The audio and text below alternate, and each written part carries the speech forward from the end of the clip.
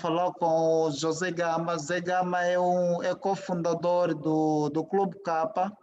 O Clube Capa é um site de notícias que já existe em Angola e na internet e no mundo através da internet há mais de 20 anos, agora ele confirmou.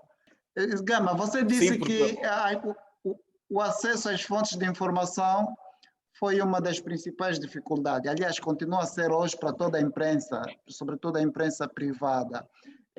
Quantas vezes já foi detido por conta da atividade jornalística? detido pela atividade jornalística, não necessariamente. Já tive um incidente em Angola em que fui levado para a esquadra, por algum excesso, mas não era por atividade jornalística. Mas depois, estando na esquadra, associaram o nome, isso foi em 2009, associaram o nome e depois os polícias, ninguém sabia mais porque que prenderam-me, ninguém quis assumir responsabilidade e depois o William Toné é que teve que fazer uma intervenção e soltaram.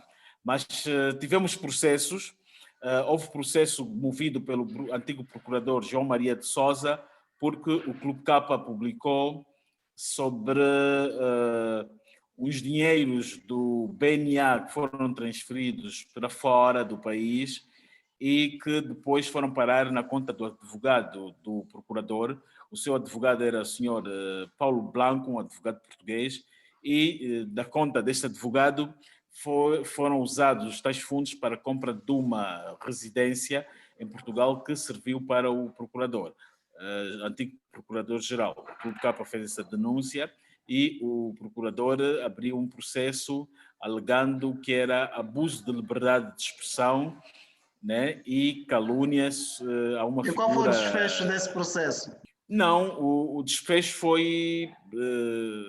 encerraram, deduzimos que encerraram, nunca não chamaram-nos mais, mas depois houve... encerraram, mas depois houve amnistia e creio que esses casos foram depois apagados ou abrangidos pela Pela lei Amnistia da Geral amnistia. de Ok. 2012, creio eu, ter sido esta data. Houve um outro processo, por termos divulgado que havia um prisioneiro, um detido que foi submetido a tortura, né? O Clube Capa fez esta denúncia e a DENIC, na altura DENIC abriu uma queixa a dizer que foi difamada pelo Clube Capa, mas um ano depois ou dois o detido ou recluso o detido vai a tribunal e em pleno tribunal ele confirmou tudo aquilo que saíram nas denúncias, que eram as torturas e outras servicias que ele passou quando estava sob tutela da DENIC e no período de interrogatório. Entendíamos que estes processos era uma forma de pressão, era uma forma de conhecerem-nos, né? E perceberem, entenderem como é que o Clube Capa funcionava. Porque quando íamos para interrogatórios, o que eles queriam saber era seguramente como é que o Clube Capa era financiado, quem apoiava, quem estava atrás, quem eram as figuras-chave, né? Era um trabalho, Ou era um seja, o processo era levantamento. um pretexto, né? Para obter outras informações.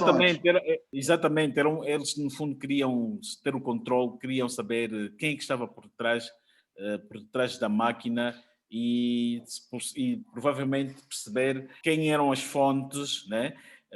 As fontes não se revelam, mas ele sabendo quem é, ele depois faz um estudo para tentar perceber quais são as redes de relação desta pessoa e daí eles conseguem identificar potenciais elementos que poderão seguramente ser as fontes do jornal. E qual era a resposta que davam diante dessa situação, né? Quando eles quisessem saber quem está por trás do Clube K, porque já agora nos tempos modernos, surpreende-me, por exemplo, que o trabalho do Clube K é tão bem feito a ponto de ter quase que exclusividade em alguns assuntos. Às vezes as pessoas querem para saber se alguém vai ser exonerado ou vai ser nomeado. Às vezes até vocês criaram, quer dizer, hoje as pessoas têm que ir conferir no Clube K se saiu a notícia, é quase que dado como certo se há para noticiar, por exemplo, a possível exoneração, nomeação de alguém. Como é que vocês chegaram até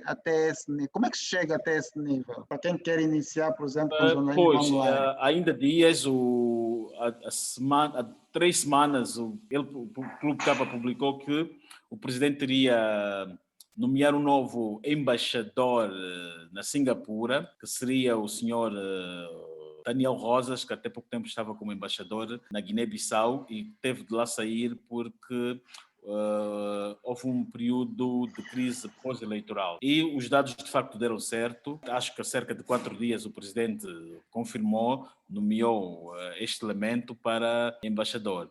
Para ter esses dados em antecipação, tem muito a ver com as redes de relações humanas que se vai tendo, né? E elas seguramente antecipam-se com os dados, a pessoa vai também, fica atento, temos que ficar atento aos fenómenos, estar sempre acima dos acontecimentos para, quando chegar a altura de informar, trazer assim alguns detalhes exclusivos.